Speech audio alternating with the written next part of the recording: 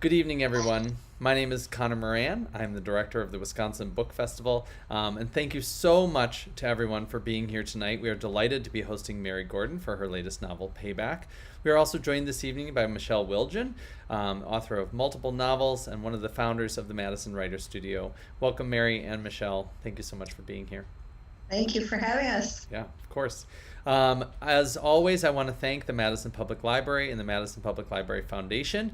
Their ongoing support of free cultural events here in Madison throughout the pandemic, but also for the last 8 years, has been absolutely unwavering, and we really couldn't do it without the support of those two great institutions. So I just want to take a moment to thank them and all of our sponsors for keeping the Wisconsin Book Festival going while we're all here at home. It is always delightful to be hosting Wisconsin authors, and tonight we have two of them in conversation. Mary taught at Barnard College for 48 years, but also has deep Wisconsin ties, and you may know her if you live here in Madison. Michelle also lives in Madison, and so I am just delighted to be able to put these two people together and hear them talk about a wonderful novel. I will see you all at the end. Thank you so much. Take it away, Michelle. All right, thank you, Connor. It's always such a pleasure to be given a wonderful novel and told to read it, and I get to call it work. So it's really good to be here. Thank you.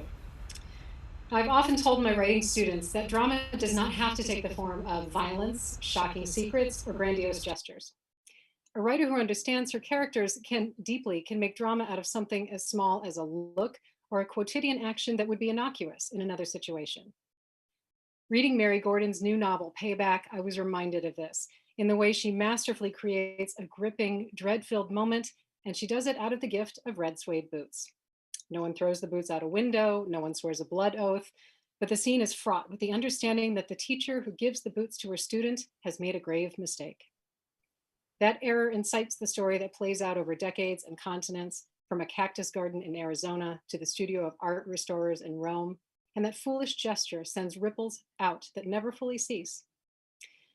Payback, like so much of Mary Gordon's work, is very much concerned with questions of faith, art, and justice, what harm and aid we visit upon one another.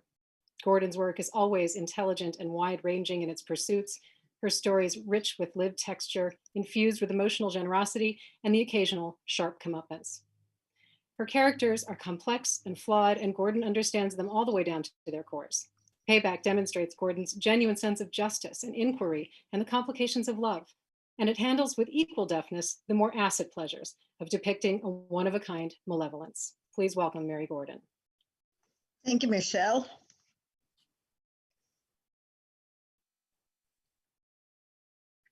My pleasure. Mary, would you like to read a little bit, and then I'll ask you a few questions? Sure. I'm going to read actually 3 different sections, but I hope that they suggest what I had tried to achieve in terms of tonal range, because this is a book of our moment as a culture, which I don't think is a great moment in the age of Trump, which I hope is over, but may not be. And also, I'm trying to create important questions about the lives of women and their relationships to one another, how the life of a woman endures over time, and what it is to have a relationship of a mentor. Mentee always sounds like a dolphin to me, but whatever it is, the person mentored. So we begin, it's a book, one of whose characters is a reality TV star. And so the section that I'm going to read is from the very beginning of the book, and it takes place in the town that I made up called Brimston, Arizona. The Arizona sun is strong this February afternoon, but all the women are quite cool and comfortable. You might think that they chose the colors of their shorts and sleeveless tops to match the colors of the fruits they are eating: cantaloupe, watermelon, honeydew. Their fingernails and toenails are painted in various shades of opalescence: silver, rose, robin's egg, blue. This is their weekly ritual: water aerobics, a manicure, a pedicure, then lunch, raw fruits, raw vegetables, whey protein-enriched smoothies in front of one of their large wall-sized TVs. Their children are grown, their husbands are somewhere. They're waiting for the show that is their favorite and for which they feel a proprietary pride because it started as a local cable show here in their own Brimstone and has gone national, but they knew it when. I just love her. I always have. I'm crazy about everything about her. When she goes after someone, I just feel good about things, like the world's on the right track. Blah, blah, blah, and boo-hoo-hoo, they say, imitating Quin's inflection, toasting each other with their pastel smoothies. So the show that they're watching is called Payback, and its premise is the host, Quin Archer, who was born Heidi, finds somebody who someone thinks has gotten away with something, has harmed them in their lives and gotten away with it, and she arranges for that, the harmer, to be paid back. This is the very end, same group of women.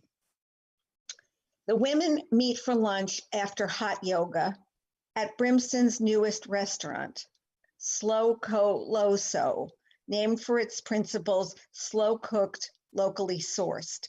They feel fortunate to have gotten a table knowing that they needed to reserve a week in advance. The menu provides two choices, each accompanied by a narrative. Quote, cauliflower nest, poached egg from one of our own hens living behind the restaurant, the gift of Polly and Molly, our star layers. In a nest of cauliflower grown down the road at one of our dear providers, Willow Moonstone, organic farmer extraordinaire. Our vegan option, celeriac soup, lovingly slow cooked by our own Tracy Windsor, grown a quarter mile down the road by our treasured Mike and Sissy Lloyd. Rumor has it that the avocados they're growing in their greenhouse will be available within a month or two. The women do not balk at the price of each entree, $24. They call this splurge day and they know that they deserve it. They have been good wives, good mothers, and they fear the day, later they hope rather than sooner, when their husbands retire. They have been warned. Might be some belt tightening, but there will be no belt tightening, rather belt loosening if they have to cut down their classes at the gym and can no longer lunch at places like Slow Co Loso, which tend to be pricey.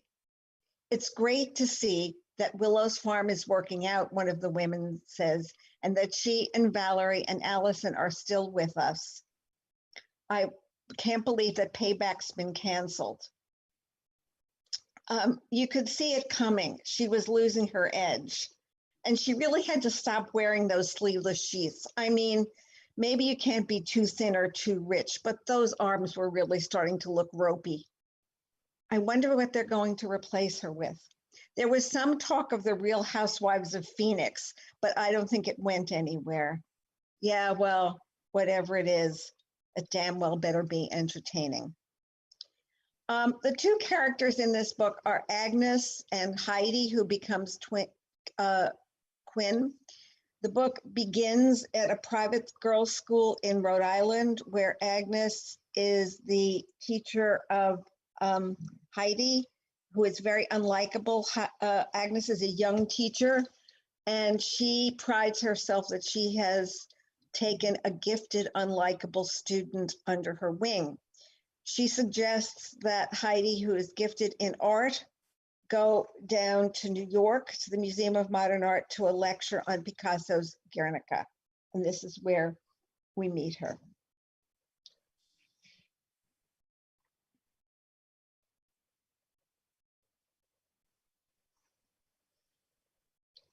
She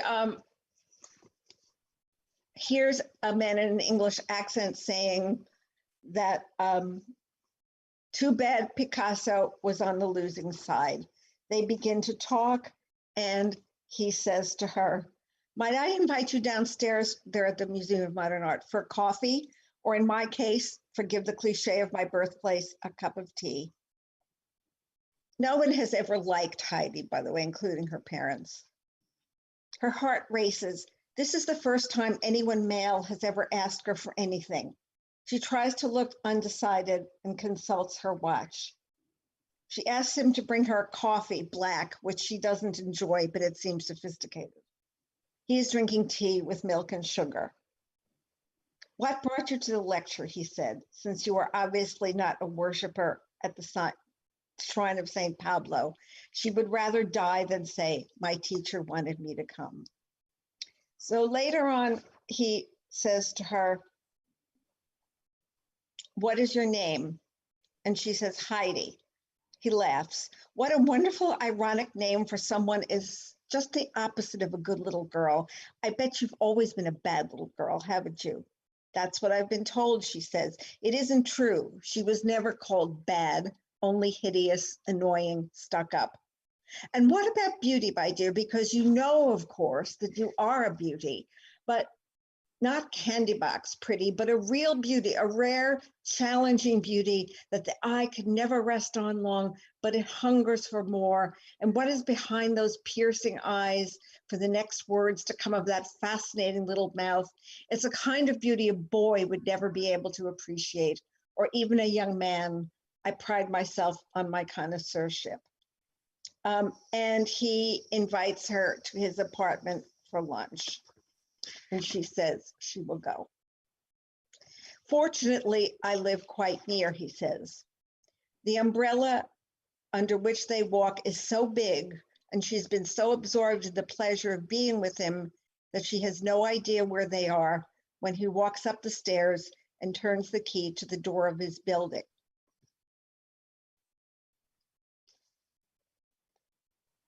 He pours her a glass of red wine. Something to take the chill off, he says, and she's worried. She has drunk almost nothing in her life, champagne at New Year's, a sip of beer on a hot summer's day, but to refuse a glass of wine would be to reveal her youth, her inexperience. He has taken her for a sophisticate, and she wishes to be nothing else in his eyes. The apartment is small. The kitchen is a little slit of a corridor of the living room whose walls are covered with books, as she knew they would be.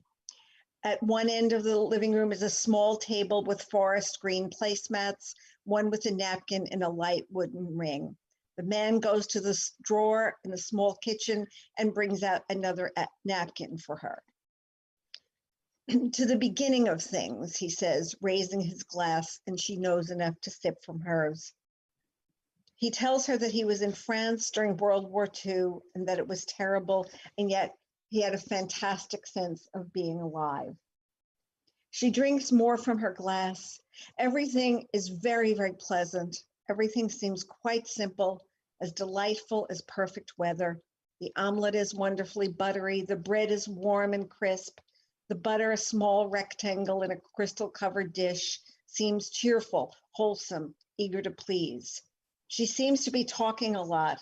She's talking about the conformity of everyone she knows in opposition to the war in Vietnam. Oh, let's not be too serious, he says. I'm about to present you with the famous dessert, pudding we call it. For you Americans, pudding is only some imitation of our custard. But you're going to begin thinking I'm obsessed with custard, but perhaps I am. A man needs to have a hobby. She laughs too loudly, she knows, and she covers her mouth as if to make a joke of the idea of laughing too loudly. He goes to the record player and puts on a record that was at the top of the pile. I knew there was a reason that the Fred Astaire song came into my mind. Now Fred Astaire is singing, "Must you dance every dance with the same fortunate man?" And her friend stands beside her chair, half bows and says, "May I have this dance?" She's frightened. She's never danced with a man or a boy before, and all the dances with the corresponding boys' private schools, she's never been asked to dance. But she'd been giving dancing lessons, and she knows that if the man is a good dancer, you just follow, and she knows her friend will be good. He is singing in her ear so sweetly that she's afraid she'll fall asleep dancing. He must sense this, and he leads her over to the couch and sits her down. Then it happens, what she's been waiting for. He's kissing her. I am being kissed, she thinks. But then it isn't like what she wanted at all. His tongue is inside her mouth. She feels like she can't breathe, and he is trying to make her lie down on the couch, and she doesn't want to lie down. She doesn't want his body on top of her like this, and she says, I don't want to. I don't want to. And then he is someone else, the man she has been with, the man who made everything happen that she'd wanted so much she was even afraid to wish for it, has turned into a panting, grasping animal. And he says, of course you want it. Of course you want it. What did you think you were doing coming here in that skirt that's barely decent, in those boots that just shout, fuck me, fuck me? You can't do things like that. You can't do things like that to me. I'm not some pimply-faced boy you can tease until his balls turn blue. You did want this. This is what you were asking for. Everything you did was asking for it. It's easy for him to reach up her tiny skirt and pull up her underpants, and then it is happening. The thing every girl has been told is worse than death, and it hurts terribly, and she feels blood, but then he is making a horrible half screaming noise, and then he is gasping on her, and she will not cry, she will not, but she will make him get off her. She pushes him away, and he falls off the floor. Wash yourself off, he says, and don't go around telling everyone how terrible men are, and get someone to teach you to douche. You smell like 3-day-old fish. Right. Thank you. That is a harrowing scene, and that shift. Like, I had found myself already kind of, I knew I shouldn't believe in his being nice, you know better than that, but still I found myself being seduced into it too. So it's as big a shock, I think, for the reader as it is for her, which is exactly what the writer wants. Mary, I wondered if you could start by talking about what planted the seed for this book, and if there is a way that most of your projects tend to begin, whether it's with an image or something that catches your attention or whatever it might be. I think it bizarrely, it was something that happened to me in Madison. A daughter of someone I knew, who was a lovely young woman who was a nursing student. And I asked her if she read fiction, and she said she didn't because she preferred reality TV because it seemed so much more real than fiction. And I was thinking about that reality TV is actually the opposite of reality, but it sort of became reality. And then with the Trump era, our reality TV star turned president. That sort of gave me an idea. And I've always been haunted by the idea of, what if you do something thoughtlessly and the consequences are much more enormous than you imagined, and you actually do harm, not because you will to do harm, but just because you were thoughtless for a minute, and what would be the consequences of that? And then very much kind of as a baseline, I heard all the time was a line from Auden, those to whom evil is done do evil in return. And I was very interested in what I see as an absolute appetite for vengeance in this country right now. People feel badly done by, they feel unloved in one way or another. And I'm interested in revenge, because revenge, it seems to me, is an appetite. It can never be fulfilled. Revenge just makes you hungry for more revenge. So those were kind of the things that came together. Okay, thank you. And then, you have these two characters. We've heard about Heidi, who becomes Quin, and we haven't heard quite as much about Agnes, her teacher, who gives her those boots. But they approach the world in really different ways. They look at the world from a really different perspective, one really dark and one seeking out more lightness. And I wondered if you could talk about how these two characters are sort of held in opposition to each other and how you thought about them. Well, again, I was thinking of those to whom evil is done, do evil in return. So Heidi is unloved, untreasured.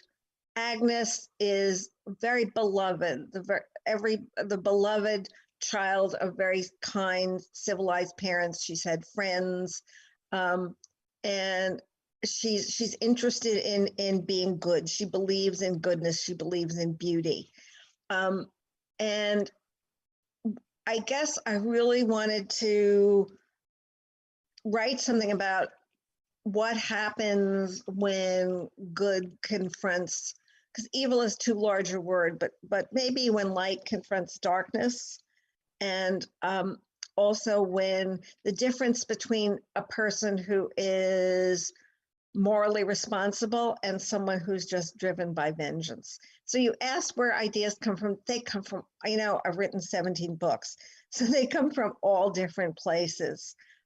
This one, I think I told you what the genesis of as much, this, Michelle, you're a novelist. You never kind of know where it came from. Then all of a sudden, these people are in your house and in the shower with you, and you don't quite know how they got there, and then they are. Mm-hmm.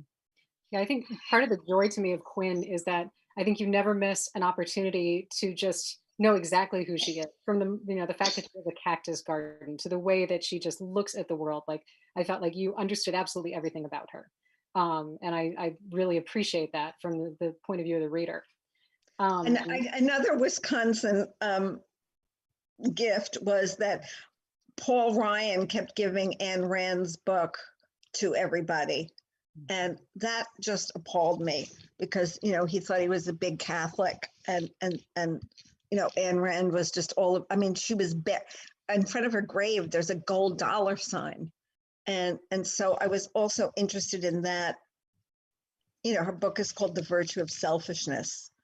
And I wanted to kind of skewer that a little bit. Yeah. And do you think, is there a moment when you were writing either Quin or Agnes and were like, that's it, that's how I know who this character is? I think it happened around the boots, and I think it happened when Heidi is in the bathroom and she kind of understands her whole life.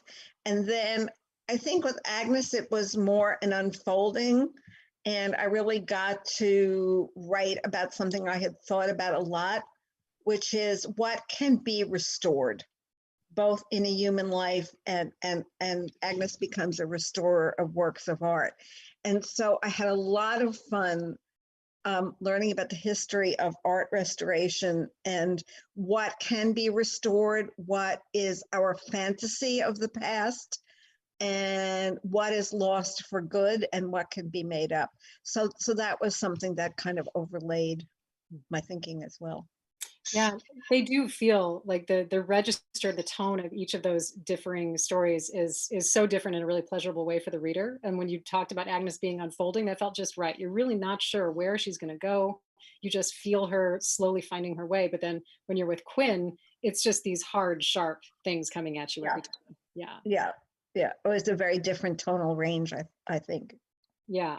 And I also love the fact that it's tempting sometimes to give us a character who's just plain horrible, but the fact that Quin is both pitiful and horrible, that she makes everybody uncomfortable with the tension they have between pitying her and disliking her intensely. Yeah. Then the ladies who watch her, they think she's just great. Right. Yeah. So that was something that I wanted to get at too, for obvious reasons. Yeah. Well, and actually that brings me to the question I wanted to ask you about reality TV, because you talked a little bit about researching restoration. What did you do to research reality TV? I had to watch much more reality TV than I ever wanted to watch in my life. It was really like watching one long car crash. It was astonishing to me that people actually wanted to do that to themselves, wanted to appear so unvarnished in their venality, and that so many people wanted to watch it, whereas I just had to force myself to watch it. I really had to try to understand what does this say about privacy in our age? And, what do people think should be kept secret or not? And there's a wonderful phrase from Henry James. He describes somebody as being involved in a kind of abuse of visibility.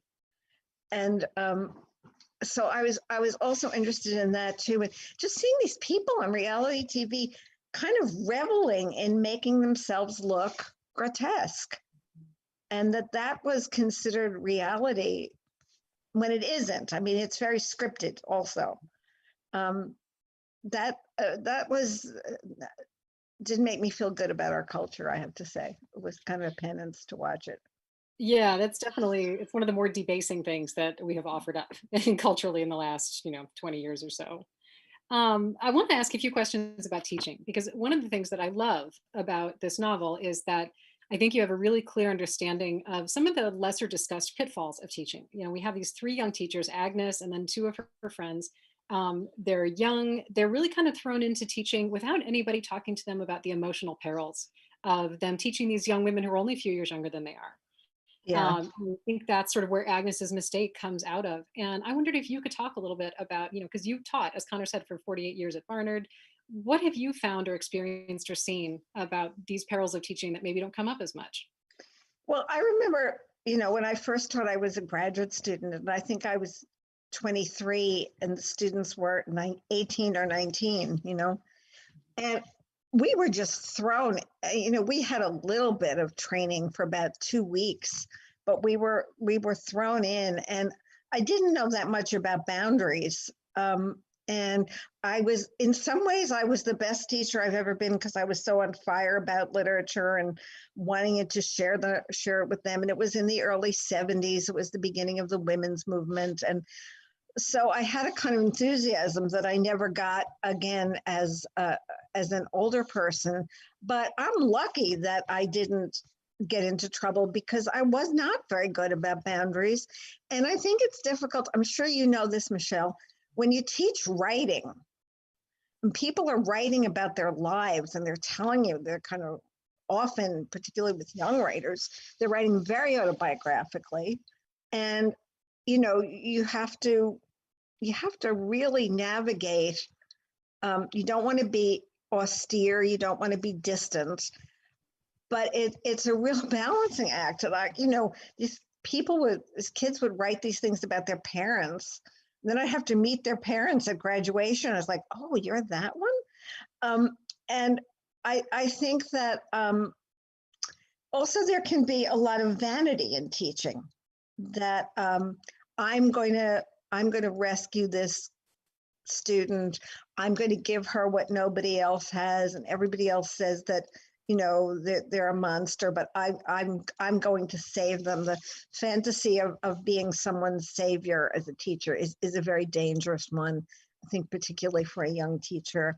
And as you get older, you probably lose some of your snap, crackle, and pop as a teacher, but you learn to negotiate those boundaries, sometimes by trial and error. Yeah, they're very squishy boundaries, especially in writing, because it's already so personal to the people who are teaching it, even if they are the people who are writing it, whether they're writing nonfiction or not. It's this really vulnerable place for them. Yeah. And yeah, it's tricky, because I never want to pretend to be a therapist, because I'm not, but you also don't want to be like, you just gave me something so meaningful to you, and I'm just going to be cold as ice, talking about it. Yeah. I wondered if you could talk a little bit about some of the favorite works of literature that you love to teach, and why, and whether there were any that you love that just did not translate to the classroom. Yeah, well, Virginia Woolf is my go-to favorite writer, and probably favorite thing to teach. I started out as a poet, and it was only when I read Mrs. Dalloway that I thought I could write fiction. And it was very thrilling to me that my students loved her as much as I did.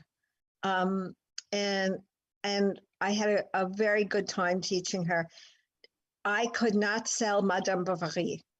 I could not sell it, because I think students want to like characters, and they were so unsympathetic to Madame Bovary that they could not forgive her. They thought everything was her own fault.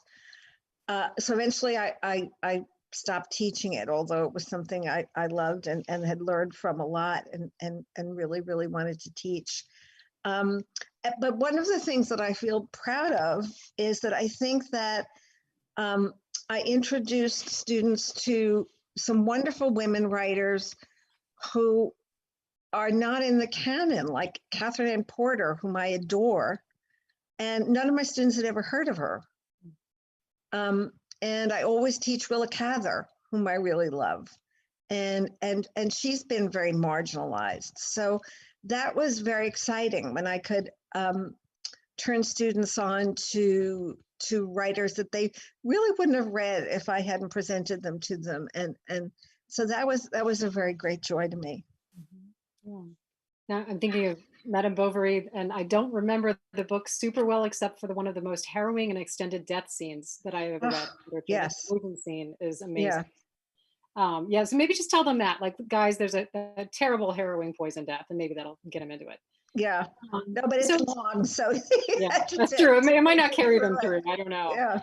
I'm wondering how your reading habits interact with your writing practice. Are there, like, when you are working on something that might have some similarities to another book, do you want to avoid that so you don't get influenced, or do you find you don't need to do that kind of boundary setting? What happens if I'm working on a work of fiction is I do not read any of my contemporaries. I just don't.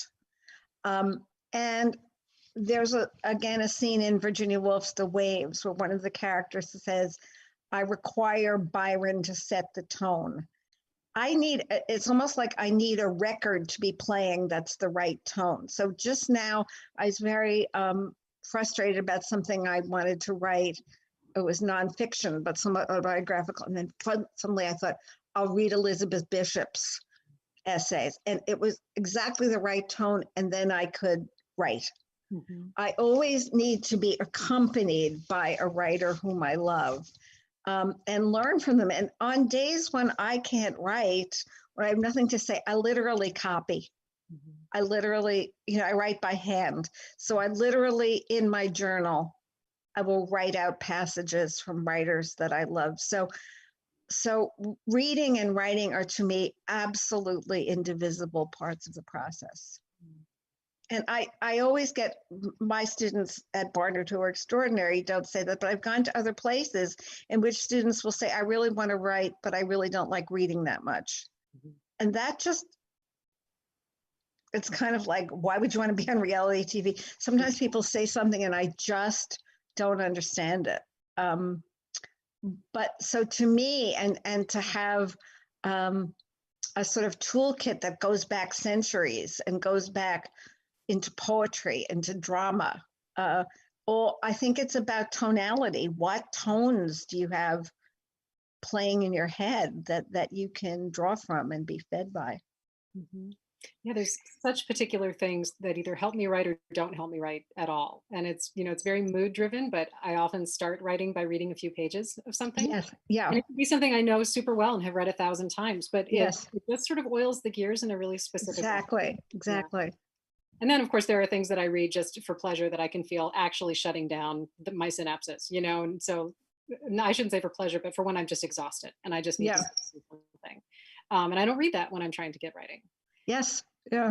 So you mentioned working on like a nonfiction piece, and you have worked in a number of different genres. And I thought that perhaps you could talk a little bit about the different kinds of books that you have written and how it feels to be working in, like, you've written a biography of Joan of Arc, or you have, you've written memoir, you've written novels and short stories.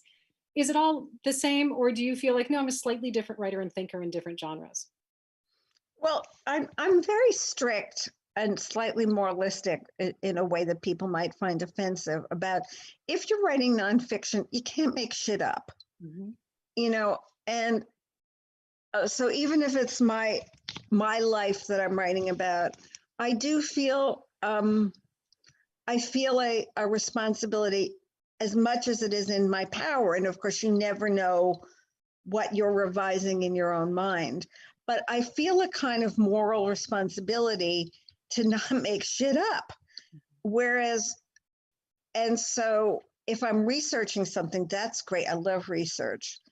But then, you have to fit the form to the content, which is what is the same in every genre. And so sometimes it's frustrating to have to put stuff in that you can't really find a place for because it belongs factually.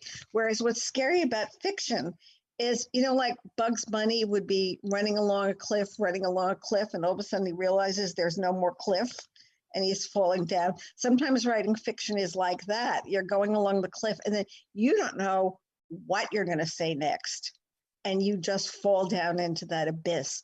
So I think that the different genres have different pitfalls and different benefits. And with a short story, it's in a way more like a poem. I feel like everything has to come together in a very, very compact way, and almost a central image has to be there, and you can never get away from it. And so if I'm going to write a novel, I'm going to create a world. And if I'm going to write a short story, it's going to be more like a crystalline moment. So it's the moment as opposed to the world. I also wondered if you could talk a little bit about certain kinds of characters or situations that are just a pleasure for you to create. I think writers, we tend to sort of be drawn back to certain wells, and not to say that we repeat ourselves, but we know that we have certain themes that we are always energized by, or certain kinds of people. And I wondered if you've given any thought to that. One of the things that I go back to a lot is, how do we love people who aren't lovable?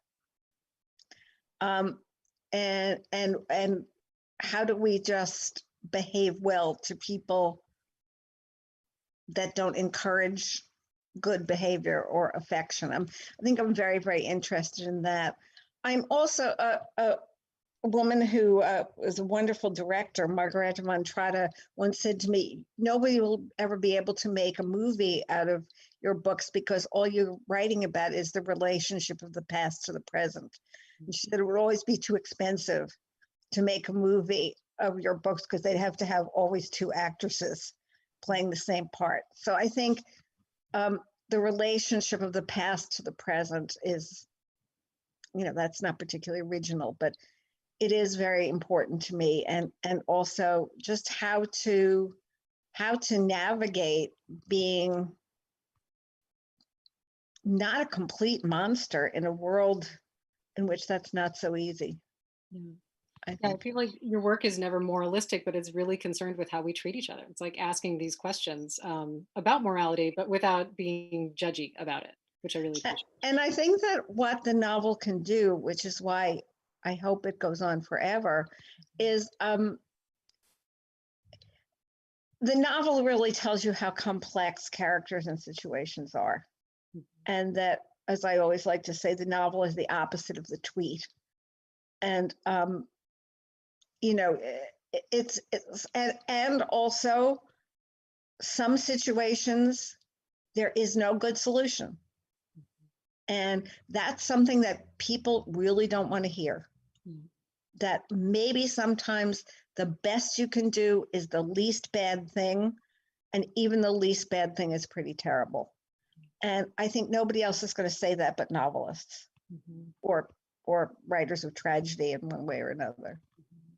Yeah, there's such a temptation, even for writers, to pull back on what we do to our characters, and I could imagine another writer wanting to take away the impact of Agnes's mistake, and making it like, no, it really wasn't that bad. And so your point about it all beginning with like, no, it was bad. It wasn't intended to be, but it did have consequence. And what do we do with that now? And people who have trouble with this book just don't understand why Agnes would feel so guilty for so long. And, I was trying to say she knew that the consequences were enormous and that wasn't going to go away. I mean, it didn't, she had a life, she had a rather full life, but it never went away. And for some people that was hard to take. I could see that. It's frightening to think, it sort of is like this thing hanging over you that we could accidentally do this and it will have consequence forever. Yeah. Yeah. But I think you're right. I think that's the work of a novelist, of, drama. So I wondered if you could talk a little bit about what you might be working on now, if the pandemic and all of this is allowing you any mental space to write.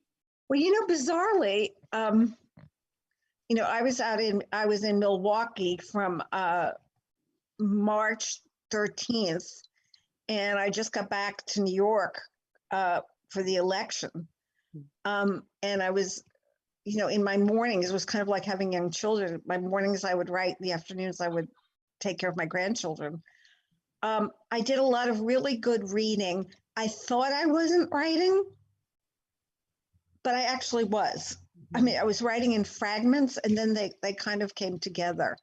I'm now working on a nonfiction project, which I have a contract for, called What Kind of Catholic Are You?, in which I put together two pairs of people who both say that their ideas came to them from their Catholicism, but they're diametrically opposed, like Bill O'Reilly and Stephen Colbert, who are both Catholic and both say that their ideas are formed by their Catholicism.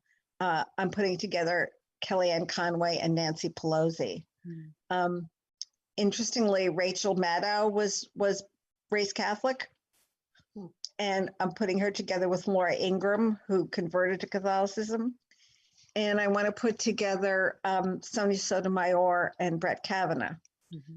So, because I think that people don't realize that there are a lot of different ways to be Catholic. And so I'm hoping that people will let me interview them. I'm not sure yet whether they will or not, and that will determine the shape of the book. That's my next project. And then I'm working on a couple of novellas. I love that idea of holding these various people sort of in opposition, or these opposing forces of each other, which is, I think Antonia Nelson talks about that in writing novels, having characters who are sort of, holding that tension. And I think that's a great idea for exactly what you're talking about. Does Catholicism, I mean, I know it's a really robust kind of muscle throughout your career. And I wondered, how do you think it formed you as a writer and a thinker? What influence did it have over you? Well, I mean, for everything that you can say against Catholicism, and believe me, I can say more against it than you could even imagine. What is good about it is that the terms are large, and it creates a serious vision of life. I also think what's lucky about it is it kind of hooks you in a very organic way into history and the culture of Europe. And the rhythms of liturgy, the rhythms of prayer, the habit of prayer, I think they're very useful for a writer. Of course, I'm the kind of Catholic, and I'm also half Jewish, so, guilt is my go-to response to everything. Catholic guilt, which is part of Catholic responsibility, and some things that I don't like about myself, a kind of black and white. I have to fight against the tendency to divide people into sheep and goats and slaughter the goats. I really have to work against that. But I think what I treasure about Catholicism is the largeness of the terms, a very organic practice of contemplation, and a very organic link into the past, into history. And also that, in urban churches, which is where I go, except when I'm in Madison, I go to Holy Wisdom Monastery, which is ecumenical, and that's a really fantastic place. Everybody should look it up if you're in Madison. But you can be with people who are really not like you. They're really outside your bubble, particularly in a New York church. And I can be kneeling next to the woman who cleans for me, and we're doing the same thing. We're saying the same words.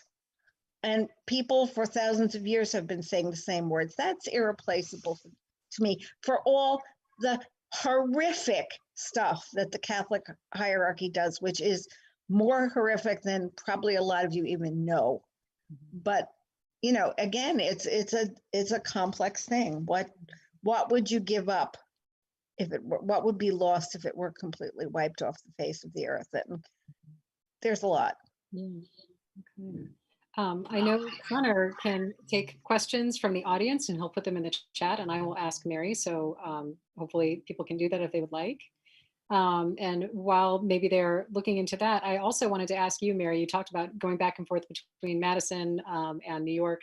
And I just wonder, how does it feel to be in these different places right now, or when you are writing, just as a writer and as an observer, Well, one of the things that I miss in Madison and in Wisconsin is walking.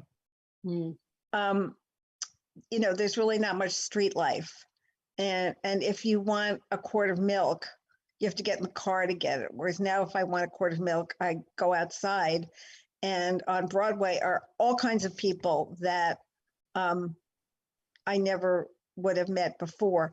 What I loved Madison particularly because there wasn't the, you know, like I didn't have to put on makeup to get a bagel, which I feel I have to do in New York. And the whole who's in, who's out, that can be very distracting and difficult in New York. I felt very liberated from that. And of course, you know, it was family to me. I was a grandmother there. That was my major identity, is I was a grandmother. And that was kind of great because I didn't have to think about, you know, who liked me, who didn't like me, what people, my grandchildren thought I was fantastic, whatever I did. And it made other kinds of worries about who I was in the eyes of strangers. It made that a lot easier. Okay, we have a couple of questions from the audience. One person would like to know which of your novels is your favorite and why? Oh, you know, it's like saying which of your children is your favorite.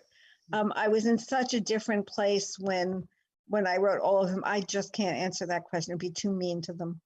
Hurt their feelings, can't do it. I just wait for someday when a writer says it would be like asking about my children, and the answer is that Jenny is my favorite child. This is my favorite book. So maybe someday. I did know somebody who lied to each of his children and told them all that they were his favorite child, but then they found out. So yeah, there's the problem. yeah. And also, what shows did you watch to research this book? Oh, I watched The Real Housewives of Atlanta, New Jersey. And I watched Jerry Springer, and I watched Dr. Phil. So I kind of went from the most outrageous to the theoretically more civilized. Were there any that you were like, I could imagine a world in which this could be an okay experience? Like if it were completely changed? No, okay. No. Yeah, I didn't think so, but I was curious. But I mean, because there's no privacy. Yeah. And privacy is important to me. I think it's probably less important to people younger than me, but it's very important to me. Yeah, I think you're right. All right. Any other questions from the audience? And also, you know, Mary, the question I have for you is there anything that we haven't talked about that you would like to talk about? Well, one of the things that I was hoping that people would see toward the end of the book is that, you know, Heidi / Quin does something that hurts Agnes very badly and really affects the tone of her life. And she has to kind of retreat into what will sustain her in a very marred world. And, you know, she's not a person that has a simple religious faith or any religious faith at all. And so she is sheltered. What I wanted to say is the harm doesn't go away. The ugliness doesn't go away. So how do we live in a marred, ugly world? And what I wanted to say was that in a way, what we have is love and beauty. And we have to hold on to that because mostly it's all that we have.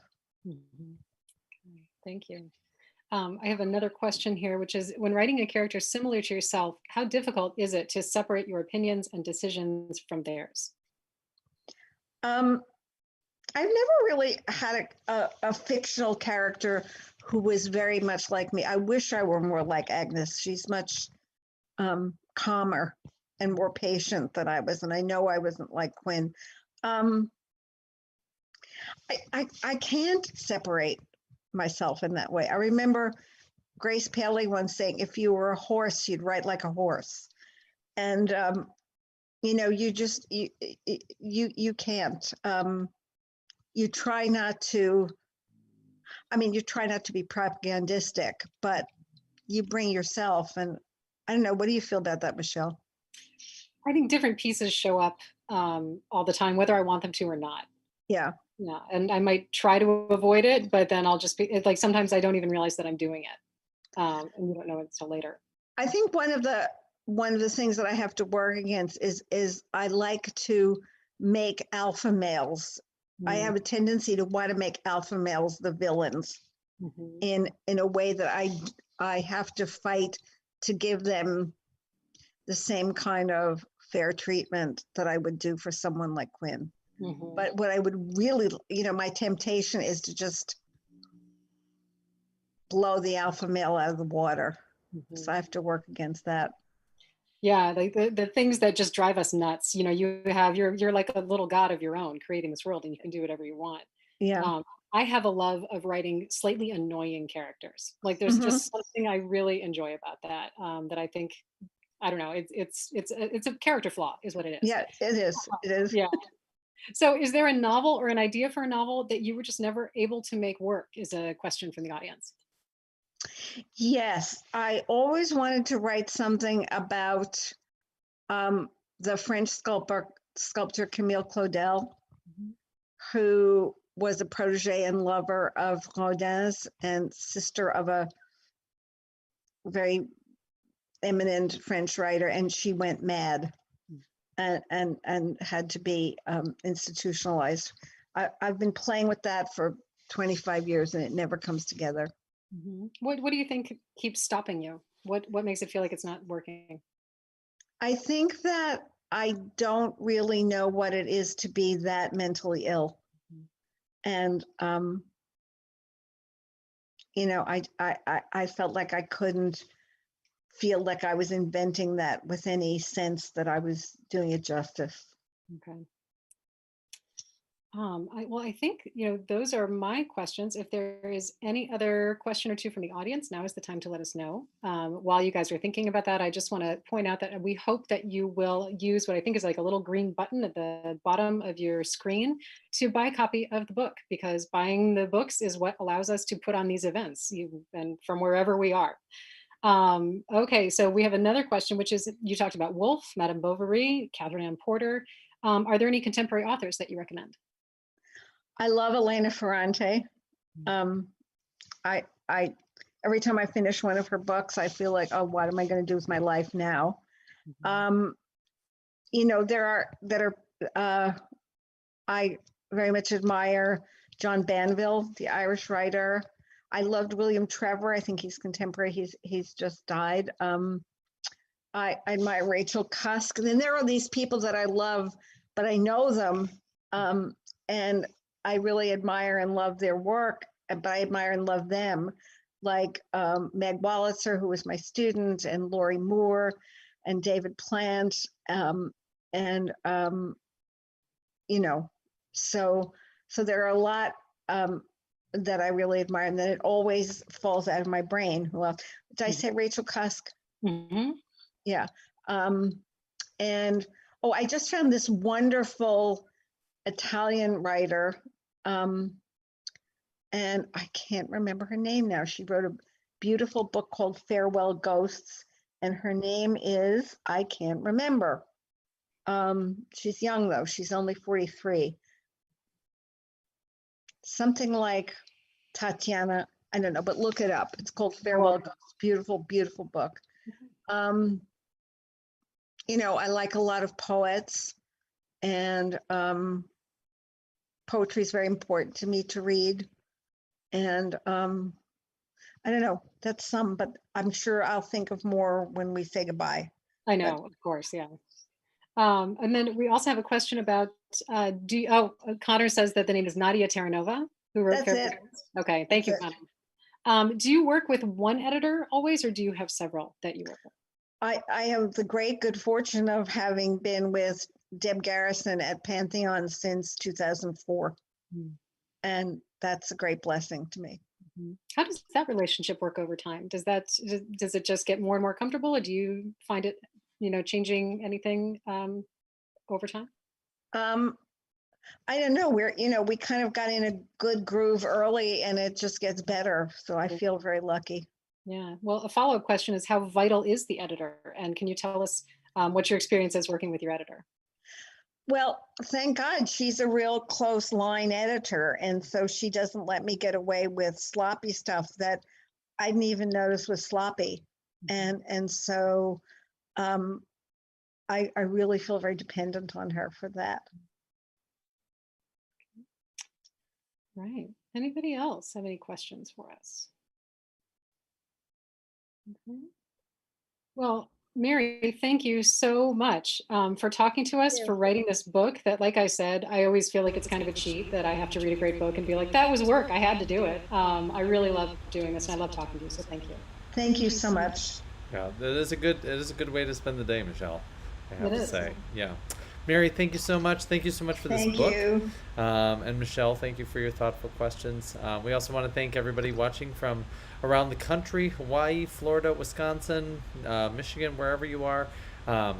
We're very grateful that you're here with us tonight. We have 3 events this week: tonight with Mary Gordon, tomorrow with Amy Nazuka Matadal for World of Wonder, and on Thursday we have some nonfiction with Nicholas Laneman for his book Transaction Man. We have great literary fiction coming up in the next couple of weeks. Next week we have Claudia Rankin, who blends fiction and poetry and visual art in her books. We have Danielle Evans and Jane Smiley coming up in December, so please come back and watch more events at the Wisconsin Book Festival. Michelle, Mary, thank you so much for being here Thank you tonight. so much. Thank you very much. And thank you. We'll see you again tomorrow. Bye. Take care, everybody. Bye. Bye. Bye. Bye, Mary.